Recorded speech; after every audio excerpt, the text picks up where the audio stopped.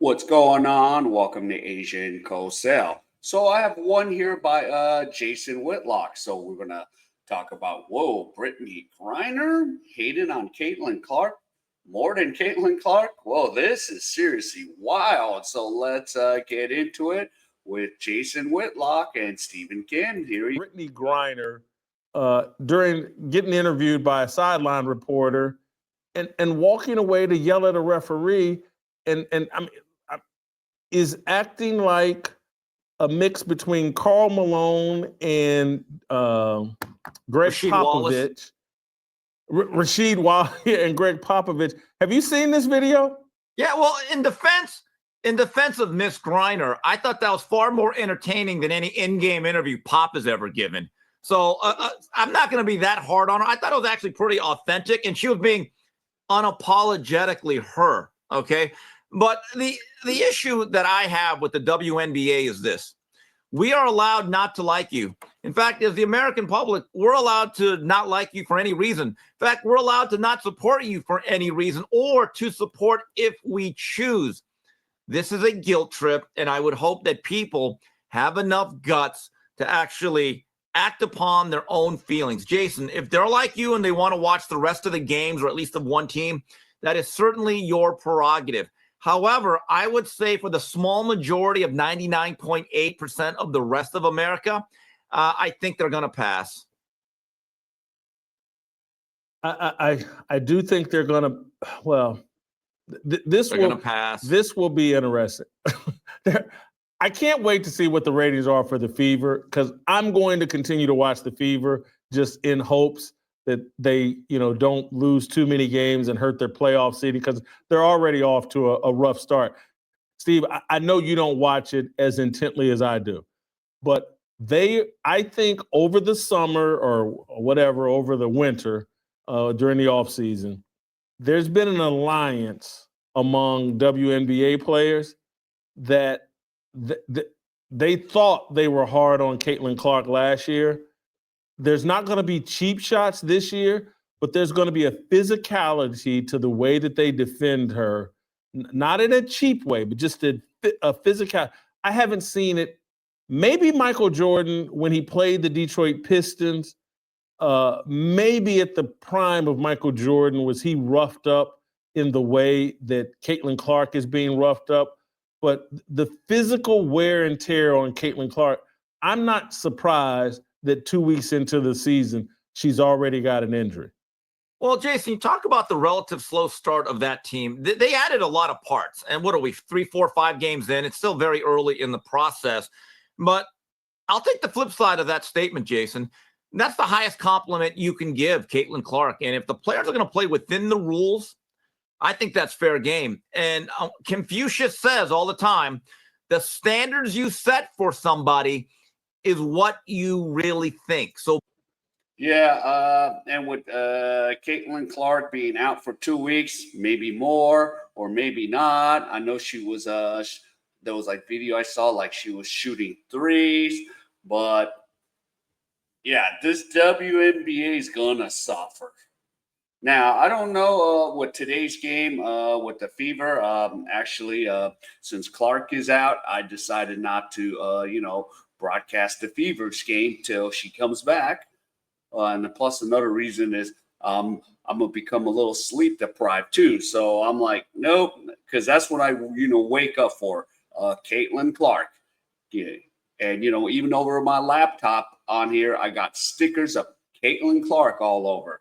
And that's what I'm there to see. And yeah, so right now I'm going to take a 2 week hiatus. I'm going to still maybe watch the Fever. I'm still going to keep up with it just to see what's going on. But I'm not going to watch the games intently like I would usually do when Clark's playing. So yeah.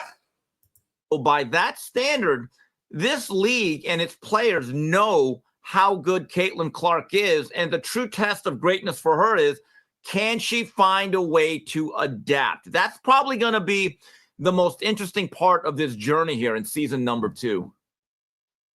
Steve, here's the Brittney Griner clip, I believe, with the sideline interview. Let's play it. I think it's shot number 6. By Autumn Johnson. BG, right now you have 10 points, 5 rebounds. We see the Atlanta Dream as being very... Right now she's talking to the refs about holding. We're going to send it back to you guys. Very important question. What the hell? This AI turns your ideas into complete, ready-to-sell digital products AI, in bulk. sell it. Steve, That's I'm good. just, no one wants to see that. What? And look, no one Really? wants to see that. And I'm gonna be hypocritical or double standard. If that were a man in a men's league, I think people would be more tolerant of it. But to see women behaving that way, behaving as men, being as profane, being trying to be as intimidating,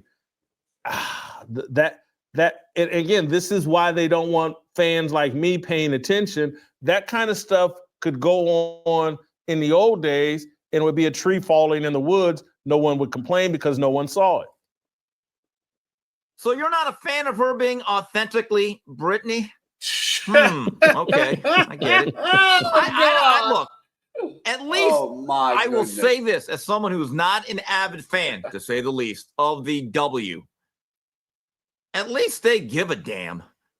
Honestly, I will admit this. There's a certain passion and emotion that exists. And what are we, 3 games in? Do you think any NBA player even cares about any of these games before, let's say, March? Be honest, Jason. Do any of these NBA players currently have any type of anger or emotion towards anything related to the games in this current culture and landscape of the NBA? You're accurate. I'm going to give the men a defense. They play 82 games. The women play, I think, 44 now. And so each game has more value. If they shrunk the NBA season, you'd have more people caring. Steve, I'm going to play you one more Brittney Griner clip. This is her from the game against the Indiana Fever. The Atlanta Dream played the Fever back-to-back. And then there was this controversy about a foul that was called on Brittney Griner and whether or not she said, white girl trash or, effing white girls. The call was effing trash. Did you catch any of this? And yeah. I've seen people say, look, she's saying whack call, not white girls. Anyway, your thoughts. I can't believe this. I'm going to be like Johnny Kimkren. I'm almost acting as the defense attorney for Miss Griner. Regardless of what she said, Jason, don't athletes in the heat of battle say a lot of things? A lot of things they may not mean, a lot of things that may be out of bounds, many things that aren't politically correct. I would say, look, she got heated. She has to understand the cameras are on her. I think a little bit too much is being made of this. But with the admittance, if that was a white player who said the opposite things about a black player, the usual suspects would have their 10,000-word think pieces and smear campaigns ready to go. That I will admit. Steve, I'm right there with you. It doesn't matter to me what Brittney Griner said there in the heat of the moment. You're absolutely right. If Caitlin Clark's on camera mouthing the words black girl, it doesn't matter in what context she'd get strung up. I think as it goes either direction, this is a big nothing burger. It happens to everybody in the heat of competition. This is locker room talk.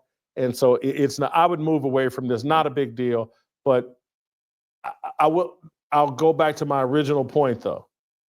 This is why they don't want Caitlin Clark fans paying attention, because we'll question things that previously would never be questioned. If you enjoy. Yep. And of course, yeah. So it's just curious, okay, so Griner might have said some stuff. And of course, in the heat of the battle. But again, I'm curious to see what the WNBA ratings.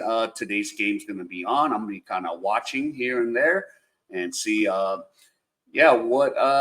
the attendance. I think maybe it'll be a packed crowd because it's Indiana, but you never know. So we'll just have to just stay tuned and find out how the next 2 weeks and then some goes.